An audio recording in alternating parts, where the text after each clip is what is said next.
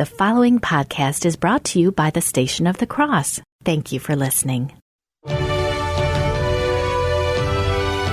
Something that Pope Francis has talked a lot about and has called our consciences to accountability for is the sins of omission. Everybody should not give a dime to all of these bad bishops. Make sure that all of your money goes directly into the hands of good orders and good activities, but never throw it into a general pot. I think Bishop Chaput and Morlino were absolutely right to call for the synod to be canceled, but unfortunately it plowed ahead. This has to be renewed in seminary life because of the dominant culture, which doesn't recognize chastity any more than it recognizes charity. Praise be Jesus Christ. This is Father Robert McTigg of the Society of Jesus, your daily host for the Catholic Current, where we plug into the power of Jesus Christ and His Catholic Church. You're listening to us on the Station of the Cross Catholic Radio Network and the iCatholic Radio app, where we proclaim the fullness of truth with clarity and charity. As always, let's start with prayer. In the name of the Father, Son, and the Holy Spirit. Almighty God, through the intercession of St. Ignatius Loyola, we ask that you pour forth your Holy Spirit upon us, a spirit of discernment, that we might hear your voice and obey your command. In the name of the Father, Son, and the Holy Spirit. Well, friends, it's almost Christmas, and people talk about Christmas traditions, traditional Christmas, family traditions, and it's essential to talk about tradition in the life of the Catholic Church. And tradition can be a source of illumination, it can be a source of conflict, and some people use the word tradition as a club to hit people over the head with. To help us sort us out, we have the author of the book Confessions of a Traditional Catholic, Matthew Arnold. Welcome to the Catholic Current. Thank you, Father. It's great to be here. Matthew, I thought it would be helpful for us to sort out some vocabulary. Catholics talk about tradition with a small t, which can be pluralized as traditions. There's tradition with a capital T, the tradition, and then there's also the words traditionalist. Can you help us sort those words out, please? Well, sure. I mean, tradition with a small t would be Christmas tree versus wreath, or versus creche scene. Tradition with a big T is one of the two sources of revelation, Scripture and tradition, which refers to the apostolic tradition left us by Christ and the apostles. And then traditionalism is distinct from simply traditional Catholicism or a traditional Catholic. I consider a traditional Catholic any Catholic that can say the act of faith and mean it. Right, and it doesn't necessarily mean that you need to exclusively attend the traditional Latin Mass or the extraordinary form of the Mass as our Pope Emeritus would have it. Right. But a traditionalist is a person who has perhaps set himself in opposition to the liturgical changes that followed the Second Vatican Council. Okay. Now, how about the words liberal, conservative, right, left? I know those are borrowed from politics. Do they have any application in the theological, ecclesial, liturgical spheres that we're talking about now? You know, I don't. I really do my level best to avoid those terms because they are political terms, and they're outside of the religious sphere. Because obviously we understand what's meant by a liberal and conservative when you're speaking about politics. But when you're talking about the faith, there's orthodox and heretical, or more the categories that you would apply to that. Right. I mean, for example, if people say, well, are you liberal or a conservative? And then the touchstone could be references to the teachings of the Second Vatican Council. And if you said, for example, you endorse the teachings of the Second Vatican Council, some people would think that you were a cave dweller holding back progress, and other people think that you burn down churches for a hobby as well. So I think Orthodox, you either think and feel and act with the Church, or you don't. And the Church in that context is a big place. There's another word that's tossed around a bit and confuses some people called sedevacantist or sedevacantism. Can you tell us some about that, please? Sure. As well as you know, Father, it comes from the Latin term, the seat is empty. Sedevacante authentically refers to the interregnum, the time between the death of one pope and the election of his successor. The longest of which that I can think of it was about 3 years, back centuries ago. Usually, they fill that vacancy quicker than that. But during that time, during that interregnum, when one pope dies or resigns, as we've had the case with Pope Benedict, and the election of his successor, the seat is empty. There is no reigning pontiff at that time. And that's what sede vacante means. Well, there's a group of traditionalists who hold to the theory, and it's only a theory, that a pope who became a manifest heretic would automatically lose his position as pope. Right. And of course, this becomes it's a matter of private judgment because, unfortunately, according to Canon 1404, no one can judge the Holy See. Nobody can judge the Pope because no one is superior to him in authority. Right. The Pope is a court of last appeal, so to speak. Correct. So people who hold that opinion, it's a private opinion, but they would suggest that the documents of the Second Vatican Council, in fact, are heretical, and therefore the popes that promoted those documents and their teachings are also heretical, and therefore there hasn't been a pope since the death of Pius XII, which is not a very comfortable position to be in. That's now we've got an interregnum that's going on 60 years. Right. My conversations with people, and as you can imagine, Matthew, I talk to a lot of different people. So I said I'm the recipient of many oral traditions, and when you talk to folks about sede vacantism, there seems to be a spectrum. There are some people who say that John the 23rd was not validly elected, and so therefore everyone else after him is illicit. Or you have John the 23rd was validly elected, but then because of his calling to the council and some other things, and they specify different things, that he lost his office by virtue of formal heresy, and then thereafter everyone is illegitimate. So the institution of new rites or reformed rites by Paul VI are at minimum illicit, at worst invalid, which means I'm actually just Mr. McTague rather than Father McTague, and on it goes. Now, there are some people who say, yes, John the 23rd was okay, and Paul VI was okay, and the rites were okay, and then we go all the way up to the present date, where we have what they call the Bene Vacantis, that Benedict's abdication wasn't valid for whatever reasons, and there's a long list of reasons that you can read, and that's why Francis isn't the real pope. Or you get, well, Benedict's abdication was real, and Francis's election was problematic because of the Gallen Mafia. Right. Or you get, well, he was elected legitimately, but he's lost his office by virtue of heresy. It's very confusing just to recite that. Where do you find the rock to stand on in your life? Right. The thing I think to remember, especially with sede vacantism, like any movement that springs from private judgment, they are the split peas. I mean, if you get two sede vacantists in the room, there's going to be at least three opinions.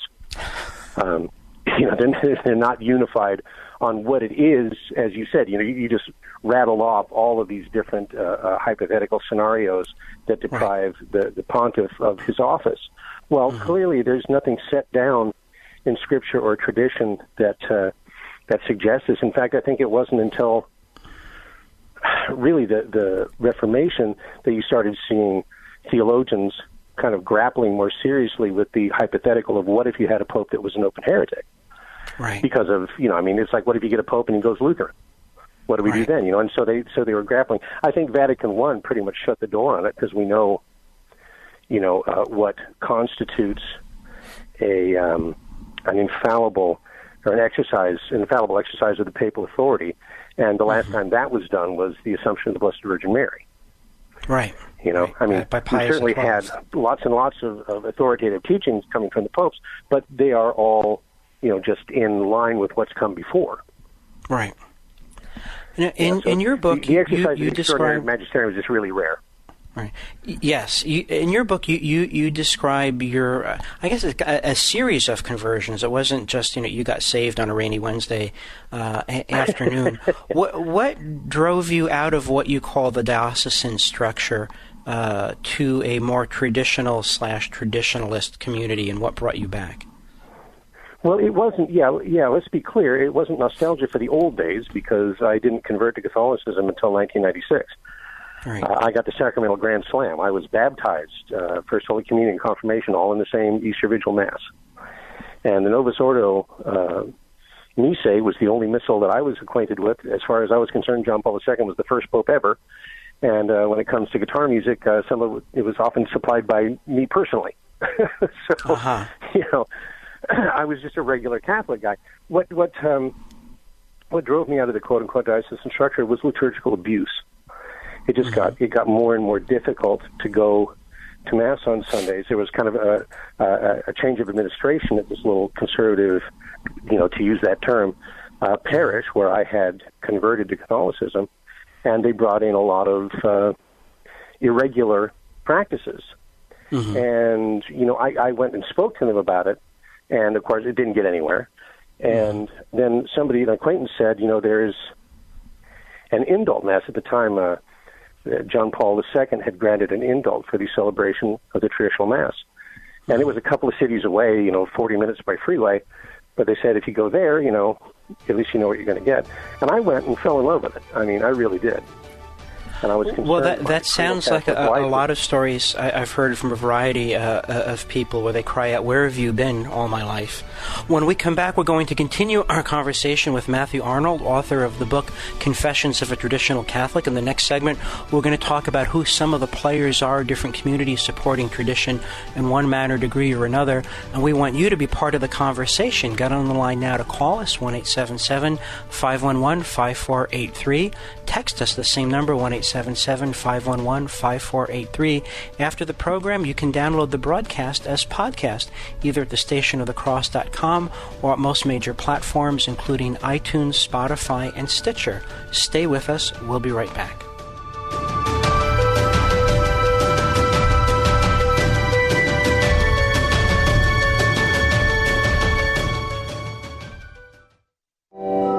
The Station of the Cross invites you to join us each day for the Liturgy of the Hours at 5 a.m., 3 p.m., and 9:30 p.m. Eastern. The Liturgy of the Hours is the daily prayer of the Church and is made up of readings from sacred scripture, writings from saints and theologians, and small reflections. For details about each hour and more information about the Liturgy of the Hours, visit thestationofthecross.com. We hope you'll join us for this daily prayer of the Church each day at 5 a.m., 3 p.m., and 9:30 p.m. Eastern, right here on the Station of the Cross. If you love listening to the good news of Jesus Christ over your radio, online, or through your mobile devices, consider making a donation by transferring stock to the Station of the Cross Catholic Radio Network. Help support our mission to share the truths of Christ and His Church with others. Many people donate to charities by gifting stock. There are even substantial tax benefits for donating stock to a charity such as ours. Would you like to learn more about the possibility of gifting stock to the Station of the Cross Catholic Radio Network? Please call us at 1-877-888-6279. That's 1-877-888-6279. You can also visit us online at thestationofthecross.com. That's thestationofthecross.com. Thank you for your support of Catholic Radio. May God bless you and your family.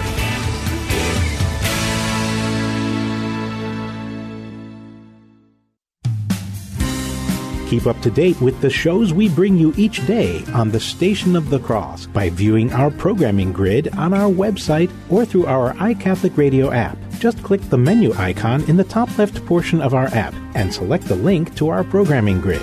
That's at thestationofthecross.com and on our free iCatholic Radio app for Android and Apple mobile devices.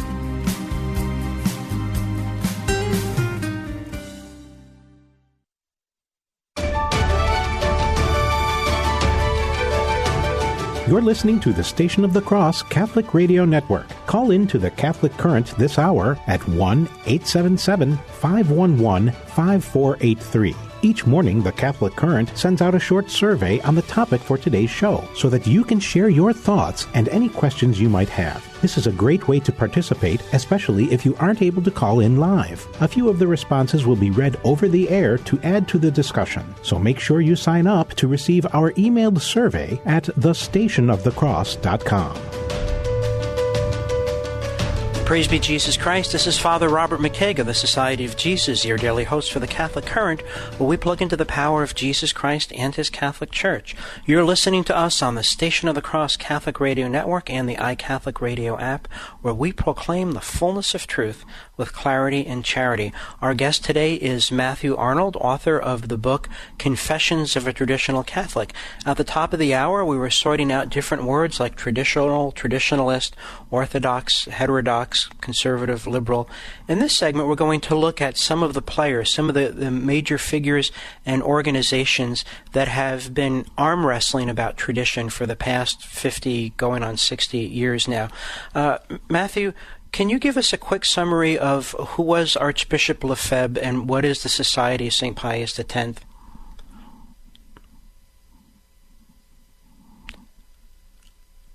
Hi, Matthew, are you with us? It looks Hello, like we've Okay, there we go. Are you with us now? I apologize. Yeah, my face hit the mute button, apparently. Oh, I hate when that happens. That's why I use a headset. Smartphone. Okay. So if we could talk about Archbishop Marcel Lefebvre and the Society of Pius X, an organization with which you had some familiarity. Could you tell us about that, please? Right, yeah. I was not personally affiliated with the society. We were talking in the last segment that I had taken my family to a diocesan church that had a traditional Mass under the John Paul indult. But when the pastor retired, the Mass retired with him. And we had, by that time, had grown very attached to it. And we wound up at a traditional chapel, essentially a private Mass that was being said by a priest that was not in communion with the local ordinary. So, I knew that it was illicit in that regard, but I thought, well, I either go to this illicit Mass that's in Latin and looks and smells and feels Catholic, or I go to the one with the, with all of the liturgical abuse, and clearly I wouldn't be here telling the story if I had not gone to the independent chapel. Right. But they were associated in ways with Pius X Society because they had bishops that, we could, for confirmation and so forth in the traditional rite. So you asked about Archbishop Marcel Lefebvre. He was a Holy Ghost missionary and a theologian who worked with Cardinal Ottaviani, who was the head of the Holy Office back during the Second Vatican Council. And he started a priestly society, the Society of St. Pius X, to keep the traditional rite and traditional formation going even after the Novus Ordo was established. And originally, his society was ad experimentum, and then they had an apostolic visitation, I guess, about 1975, where they determined that, in fact, their charism was not, didn't have the mind of the Church, and they were suppressed. And then they continued without the blessing of the Church, so to speak. And then in 1986, Archbishop Lefebvre decided that since he was getting old and the society needed bishops, that he would consecrate 4 bishops without the required papal mandate, which was considered an act of schism, and that he was automatically excommunicated, as were the men that he raised to the episcopate, and all of the priests of the society were suspended. And that was the situation that prevailed. So these censures were never made against the faithful that attend those Masses. But the problem, of course, I think, is that people start going to those Masses like I did, just, maybe to escape liturgical abuse or to find a Mass that's more reverent or more in concert with their understanding of Catholicism or whatever it might be, understanding that it's irregular. But at some point, that very irregularity becomes a badge of identity. And it then becomes very difficult for them to reconcile with the Church, which is what happened to me when Pope Benedict issued his Motu Proprio Summorum Pontificum in 2007, and a local diocesan church started to have a Sunday Extraordinary Form Mass. I left a skid mark on my way back into the institutional church. I was very happy to go to illicit Mass. Now, there's another group that spun off from the society called the Priestly Fraternity of St. Peter. What can you tell us about that? In 1986, after the after those Episcopal consecrations that were done by Archbishop Lefebvre, there were a number of the priests of the society who said, oh, that's beyond the pale. Mm-hmm. And they were given a path to regularity through the creation of what John Paul II called the Ecclesia Dei Commission. Right. And so they started the fraternity, the priestly fraternity of St. Peter, or as it's known, the FSSP, so that these priests would be able to continue to offer the Mass in the old rite for those faithful who, have what John Paul II called the legitimate aspiration to pray in that mode. Mm-hmm. Okay. Now, so what was the main bone of contention with Archbishop Lefebvre and the Society of Pius X? Why were they not waving flags and cheering, after the new rite was promulgated? Well, perhaps you've heard there's a document that was signed by Cardinals Ottaviani and Bacci popularly called the Ottaviani Intervention. Yes. It was in 1969 after the missal of Paul VI was first published. It was a critique of the new Mass, and it was prepared by a group of theologians, one of whom was Archbishop Lefebvre. Right. And they had a lot of kind of harsh criticisms, saying that the new form of the Mass didn't comply with the Council of Trent and the liturgical prescriptions made by that council that were then implemented by Pope St. Pius V. And that it was going to be a danger, really a proximate danger to the faith.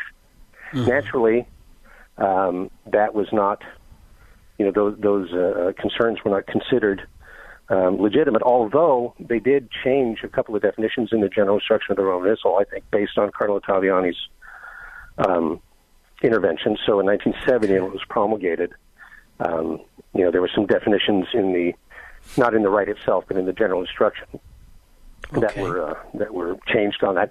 But obviously, the Novus Ordo Missae was in fact promulgated and became the ordinary form of the Roman Rite. Okay. So when Archbishop Lefebvre wouldn't be on board with that, he found himself outside of the magisterial structure of the Church. So the primary bone of contention with the Society of Pius X was the new form of the Mass. Was there anything about the documents of the Council that the Society expressed any hesitation about? Yeah, the other things were things that Lefebvre, as a Council Father himself, was uncomfortable with, primarily the documents on ecumenism and religious liberty and interreligious dialogue. Okay. He thought that those things stepped outside of, his comfort zone in regard to the theology and practice of the Church. Mm-hmm. And, and it's one of those things, too, as the years went by and the reconciliation between the society and the Church didn't manifest itself, his criticisms got harsher and harsher. Mm-hmm. To the point where, like I say, that what starts as a kind of a tragic necessity turns into a badge of identity, mm-hmm. and then becomes, your reason for getting up in the morning. Right. Well, Matthew, again, having conversations with lots of folks, I've had some people speak to me tongue-in-cheek and say, gee, Father, I just don't understand these traditionalist groups. Who doesn't want to enjoy the wonderful benefits of the new springtime and the second Pentecost we've been enjoying since 1965? Yeah, sarcasm. The flourishing of the religious communities, the beauty of the new churches, the timeless liturgical music we've had since 1970. Who would not want that? How do we answer that tongue-in-cheek objection and not say, "Gosh, maybe Lefebvre was right after all"? These are questions that are posed to me, so I hand them on to you. Sure. Well, I don't. It's not necessary to step outside the structure of the Church that was set by Christ and the Apostles in order to find those things you're looking for. Mm-hmm. And I will agree that the pendulum has swung wide of the mark, but I really think that we're also seeing a return. In 1988, there was something like 20 parishes in the United States where you could attend a traditional Mass under John Paul's indult. Now there are 500 parishes. Mm-hmm. Where the extraordinary form is is celebrated.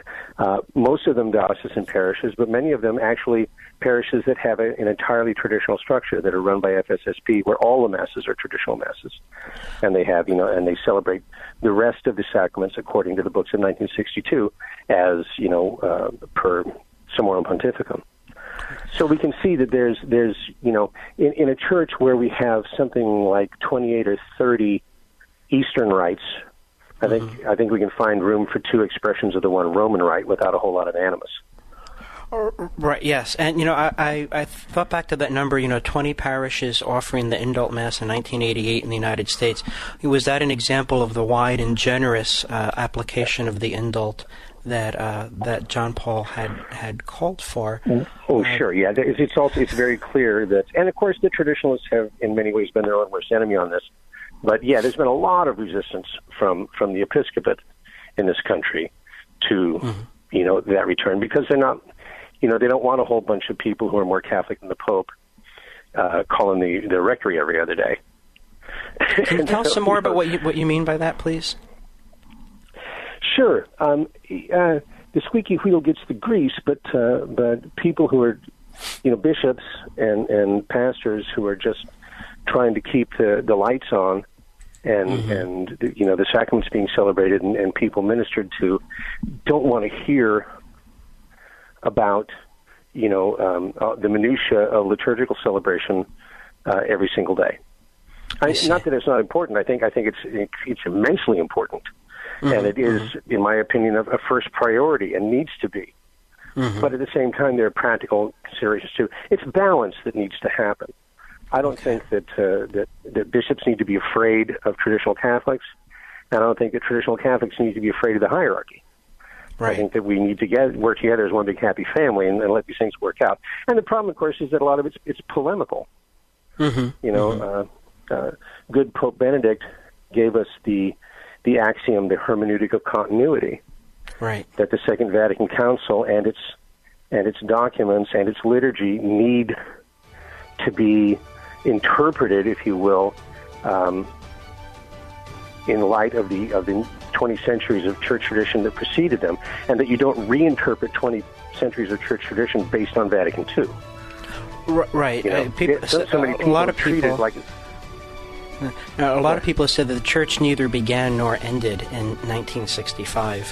When we come back, we'll continue our conversation with Matthew Arnold, author of the book Confessions of a Traditional Catholic, and we'll tackle the question, did the Mass need to be fixed? We'll want you to be part of the conversation. Get on the line now to call us, 1-877-511-5483. Text us the same number, 1-877-511-5483. After the broadcast, you can download the audio as podcast by going to thestationofthecross.com, and we're available on most major platforms, including iTunes, Spotify, and Stitcher. Stay with us. We'll be right back. Tune in weekdays from 6 to 7 a.m. Eastern for Sermons for Everyday Living, a program that brings you real sermons from real priests on topics important to you and your faith. Visit thestationofthecross.com for details. Hi, this is Jim Wright, president of the Station of the Cross. I want to thank you for your tremendous support this past year. Your generosity is greatly appreciated. I also want to let you know about a great way to support us and receive your tax deduction before the end of the year. On Thursday, December 27th, we'll be holding a special one-day on-air appeal with the theme, Sharing the Hope and Joy of Our Faith. When you donate on this day, you'll have the opportunity to get your donation matched and be eligible for some great gifts. The appeal will take place in two phases. In the morning from 6:30 a.m. until 11 a.m. Eastern, and then in the afternoon from 3 p.m. until 6:30 p.m. You'll be able to make your tax-deductible donation by calling 1-877-711-8500 or visiting thestationofthecross.com or using the donation page from your iCatholic Radio mobile app. That day again is Thursday, December 27th. Thank you again for your generous support, and may God bless you and your family.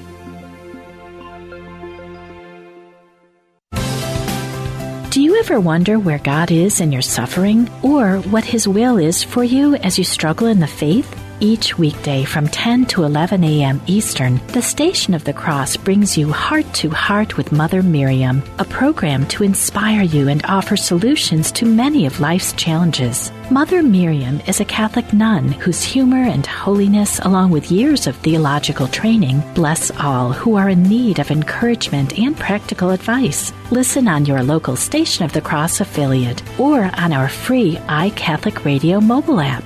That's Heart to Heart with Mother Miriam, weekdays from 10 to 11 a.m. Eastern on the Station of the Cross.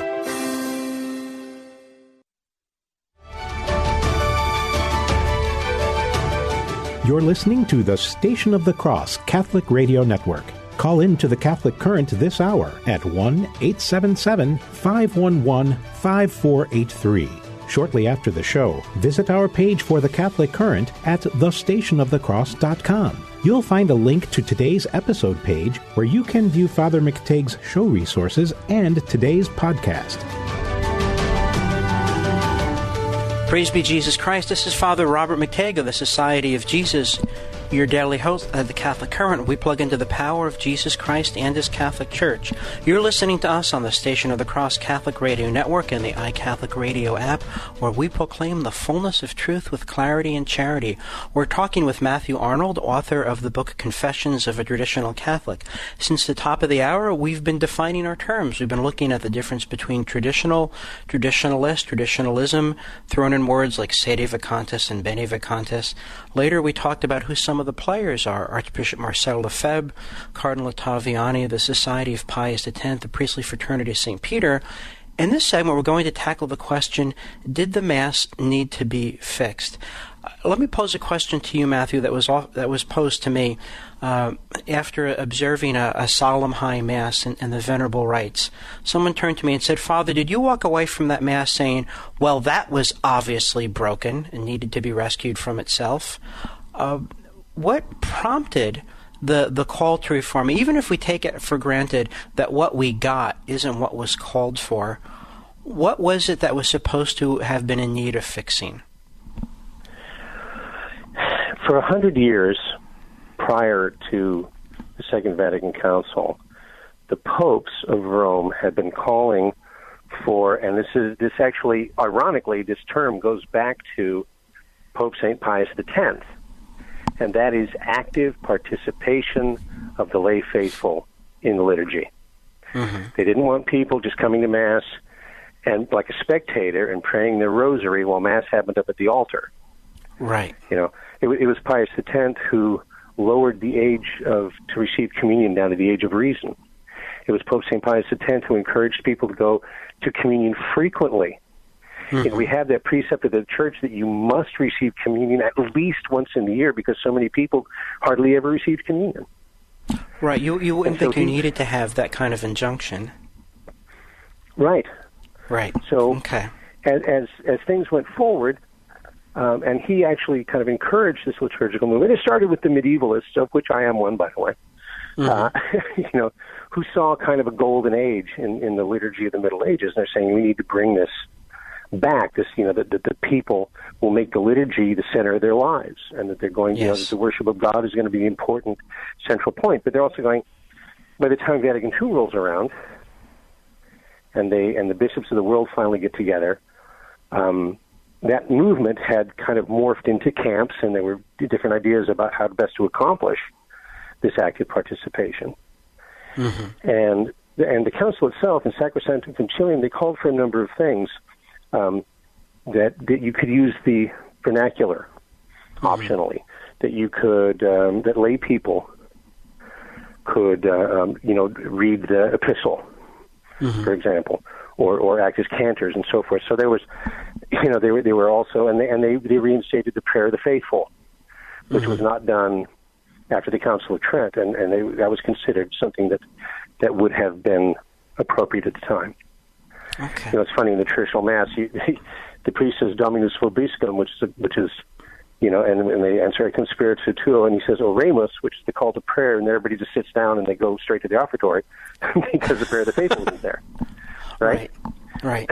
So, they thought this was important, and they also wanted to, according to the Vatican document, to open the the treasures of Scripture more abundantly, right? And that's where we got the 3-year cycle of readings and so forth. It was, but the whole point of it, every single thing in that document was intended to make it, and I hesitate to use the word easier, but easier for the common guy to participate actively in the liturgy. Right. Matthew, we have a caller on the line here. Sure. Mr. Padawan from San Francisco, welcome to the Catholic Current. Welcome back, better said. What do you have to say to us today? Hello, Father. Hello, Matthew. Merry Christmas. Merry Christmas. I'm so glad you guys are addressing this issue with the masses and the liturgical changes that came about. And so, I guess I have a comment and a question and I just wanted to get your take on this as far as the liturgical changes are concerned, from the old Mass to the new Mass. I'm a member of a religious order in the Catholic Church, and so oftentimes I'm asked to serve, be an extraordinary Eucharistic minister, and what I'm finding is that most people want to receive communion in their hands and not on their tongues. And my problem with that being is that on more than one occasion I've had to chase people down because they're not receiving it and consuming it. I've had people stick it in their purses or someone drop it on the ground and step on it or put it in the trash. So I'm just curious if you have any commentary on that. Are these changes from the extraordinary form?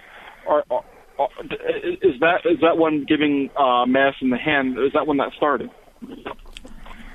Okay. Thank you for your question, Mr. Padawan. Matthew, you want to go first?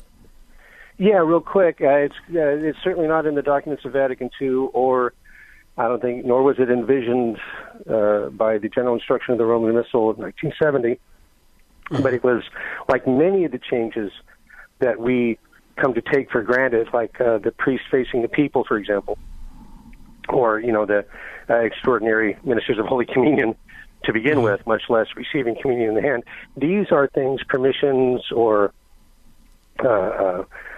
actions that were granted in the post-conciliar years. So you can't lay that one at the door of Vatican II. That was typically bishops petitioning the Holy See, saying, we think this is a good idea, and can you let us do it either experimentally or as an indult? And then it led to and sometimes those things were brought about because they said, hey, there are communities doing it anyway, so let's just acknowledge that and move on.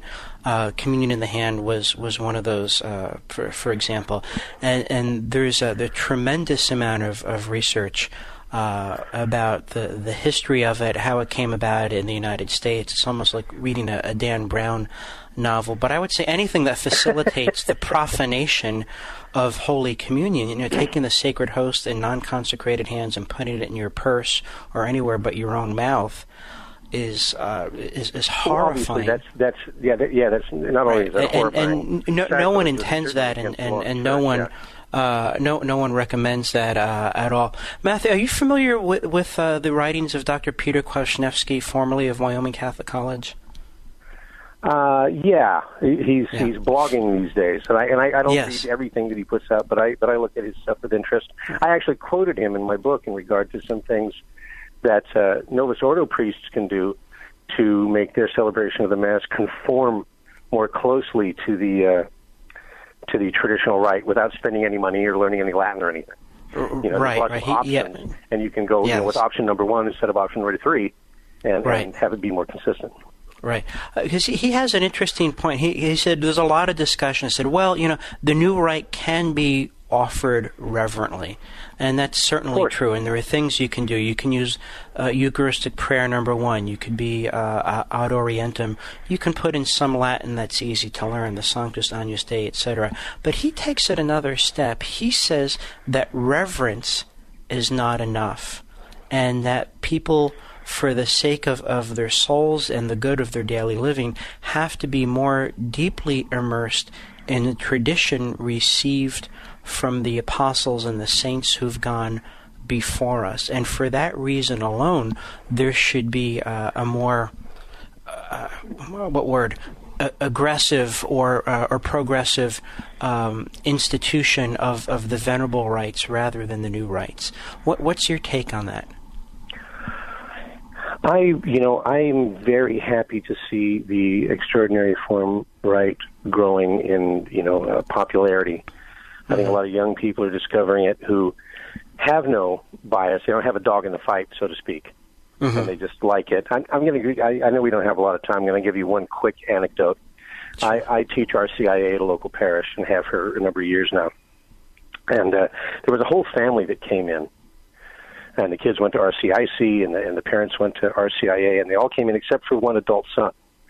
And the next year, he started going to Mass with them on Sundays, and they attend the Extraordinary Form Mass, just by choice, not because of my influence, and enjoy it very much. And so he started coming to Mass with them, and he said after a year's discernment, he decided he wanted to take RCIA also and be received into the church.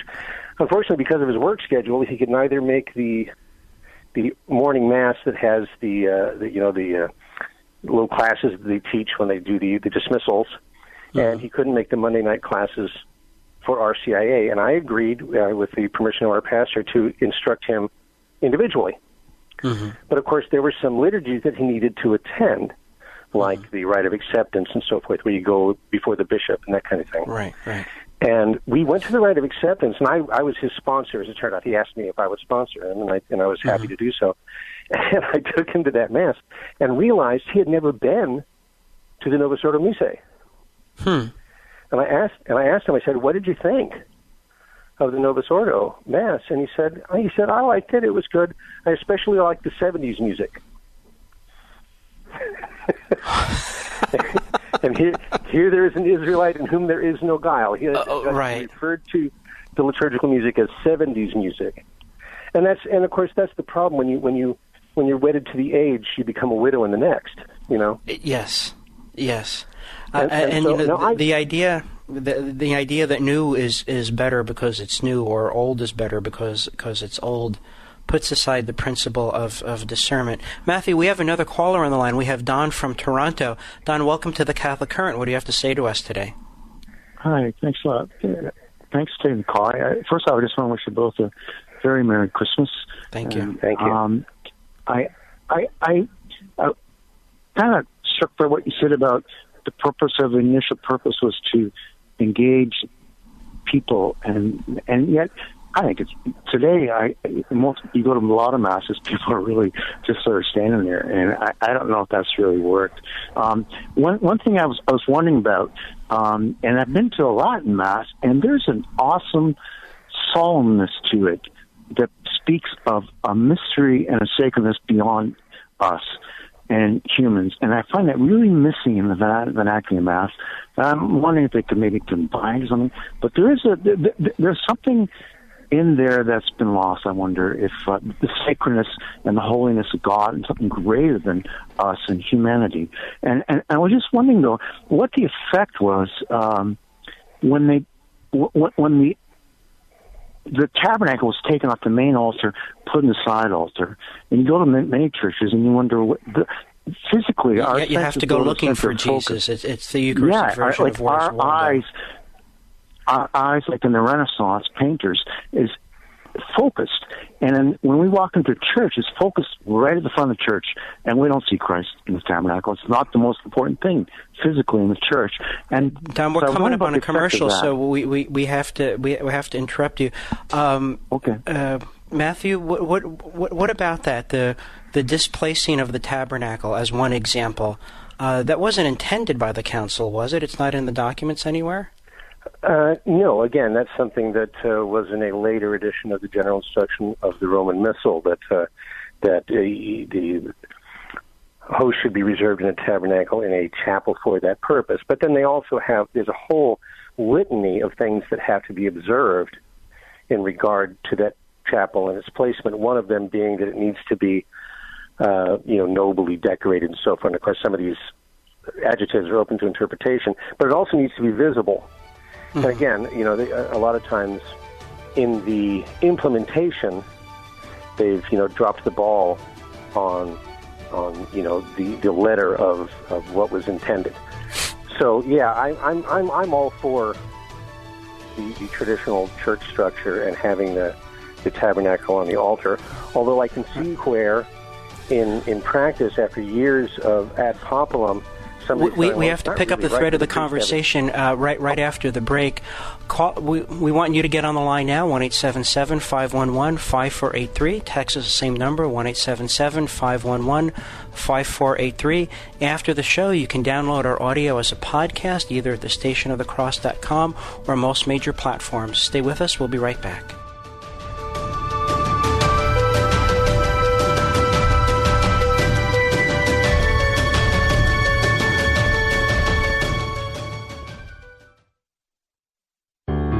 This is Father Jacek Mazer. Please join me in a prayer to St. John of the Cross. Glorious St. John, overflowing with love for Mary and for the cross of her divine Son, obtain for me an unwavering faith and a love of the cross so deep and so valiant that no possible misfortune will ever be able to separate me from the love of my God. Amen.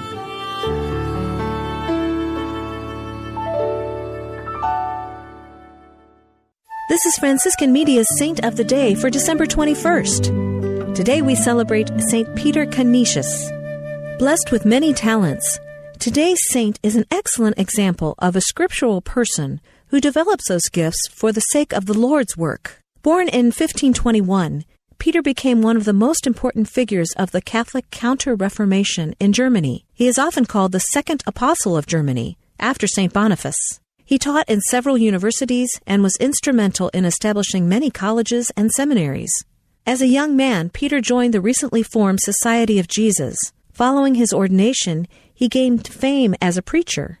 He packed churches with his eloquent proclamation of the gospel. He also possessed great diplomatic skills. He produced a catechism that explained the Catholic faith in a way common people could understand. His letters, filling 8 volumes, contain words of wisdom and counsel to people in all walks of life. Through Peter, many lapsed Catholics returned to the Church, while many Protestants converted. He also found time to visit the sick and imprisoned. During a plague in Vienna in 1551, he worked tirelessly to help the sick. Peter Canisius died in 1597. At his canonization in 1925, he was also declared a doctor of the Church. The new Saint of the Day app is available now for your smartphone or tablet. From Franciscan Media, this has been Saint of the Day.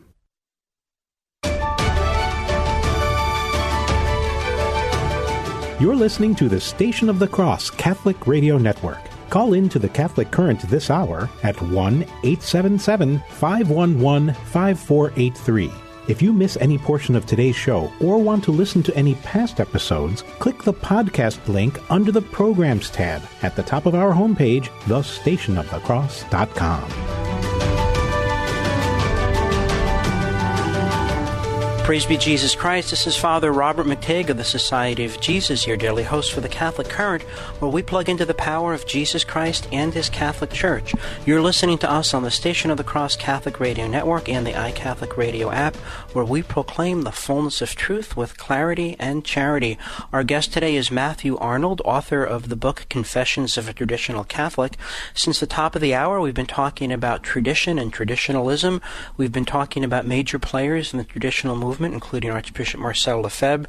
We, in the last segment, discussed how it is that people judged that the Mass needed to be fixed or adjusted, and what was called for was really rather different from what we got. In this segment, we're going to ask, how do we find unity and how do we find reconciliation?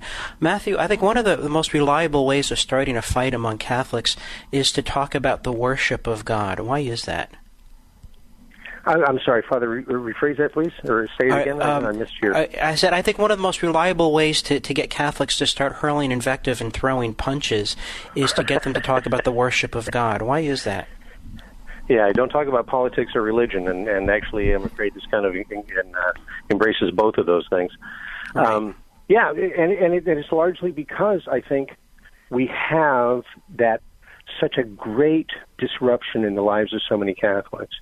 Without getting involved in the logical fallacy of post hoc ergo propter hoc, the fact of the matter is millions of Catholics around the world abandoned the faith after the introduction of the liturgy. for what the reasons are, if it was too liberal, not liberal enough, changed too much, didn't change enough, whatever it might be. It's simply the fact. Mm-hmm. That is what happened. And there's a lot of people, I think, who are not thrilled with the new. Just another anecdote. I was at Mass on a holy day this year, and some people came to the noontime Mass, probably not realizing it was going to be an extraordinary form Mass. And one of them was a couple of elderly ladies, and I was talking to them after, and she said, "Oh, I haven't been to a traditional Mass in so many years." I said, "It was nice, wasn't it?" She said, "No, I like the new one, and I hate all that Latin." And it's like, wow. Kind of that things were better before the revolution, comrade kind of response. Yeah. Yeah. Or things were worse before the revolution because, because when you have that cognitive dissonance, you have to reconcile it by picking a side. And unfortunately, because there are sides, then there's going to be that tension. Right. I believe that since Adam and Eve, there really hasn't been a good old days.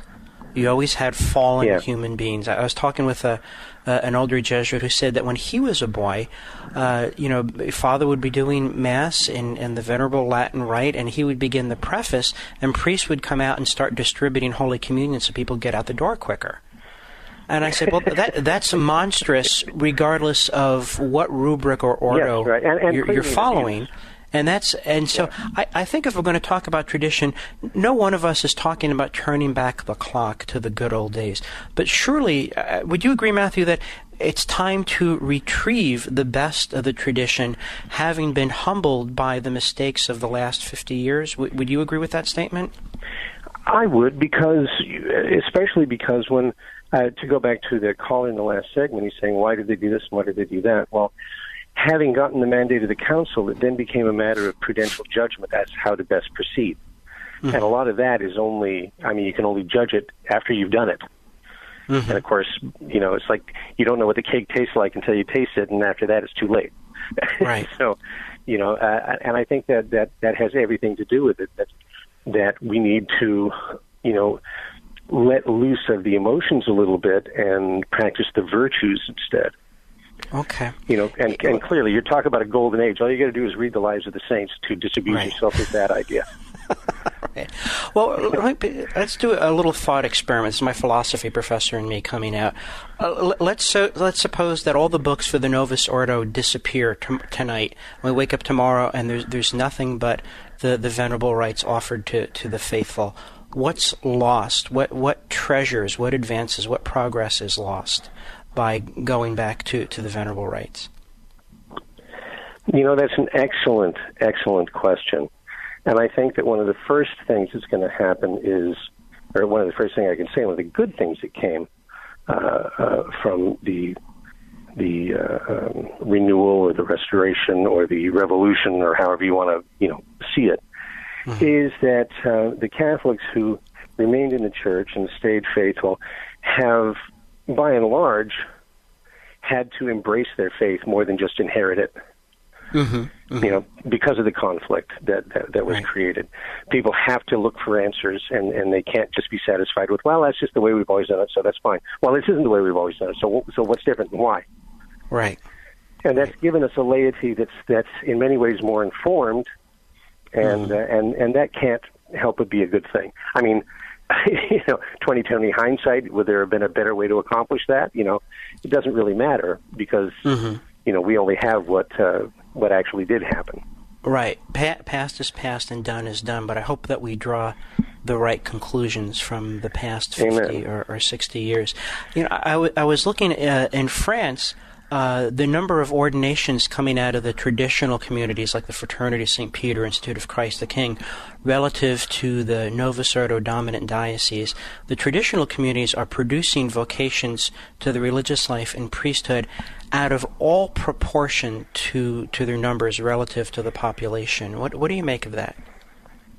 Well, it's clear that there is the things that you're talking about, that desire for a more mature faith that was very likely instilled in people by the post-conciliar period, is manifesting itself in that embrace of the entire church.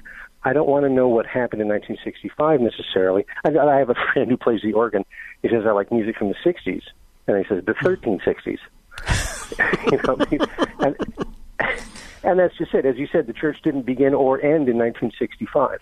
And it's well that people start to understand and grasp that. And look at, I think some of what's been lost in religious life and even in the clerical state is because there is an ontological difference between a man who's been ordained and someone who's not. That's hence the greeting, the Lord be with you, we say, right, as St. Paul says in his letters, and then we respond, and with thy spirit, which St. Paul also uses in his letters, but only when he's writing to, Timothy or Titus, some young bishop. Right. The with thy spirit thing, we're talking about the grace of your ordination, and there really is a difference between the common priesthood of the baptized and the ministerial priesthood. And that distinction got blurred perhaps out of proportion, and it's well that it's being rediscovered. Yes. Matthew, we've got about a minute left. What word of encouragement do you have for Catholics who are confused or in pain right now? First off, don't be confused. I don't know. It's been something that people have talked about. Oh, Pope Francis is introducing confusion. The Second Vatican Council introduced confusion. People are confused. It's like, well, we live in a time when information is more easily attainable than ever before. Don't be confused. Go find out. The actual teaching, the dogmatic and doctrinal teaching of the Church is available for anybody. It's completely exoteric. The Catechism of the Catholic Church, the Roman Catechism, are both available online for free in various languages. Right. So take the time to find out your faith and discover how much of that confusion you can clear up yourself. And every papal document ever written is available in a multiplicity of languages. Matthew Arnold, author of the book Confessions of a Traditional Catholic, thank you for being our guest today on the Catholic Current. Oh, it's a great pleasure. I apologize for being not being as pithy as I might. But it's a great pleasure to be here. We'll have our up days and our down days. I'm Father Robert McTague of the Society of Jesus. Next week is Christmas, and the Station of the Cross will be with you. We'll have special programming for the holidays, and we will have some live shows of the Catholic Current as well. After the program, download the audio as a podcast, either Station of the Cross or major platforms. Through the intercession of Our Lady of Mount Carmel, may Almighty God bless you, Father, Son, and Holy Spirit. Go in peace, and please pray for me. Merry Christmas.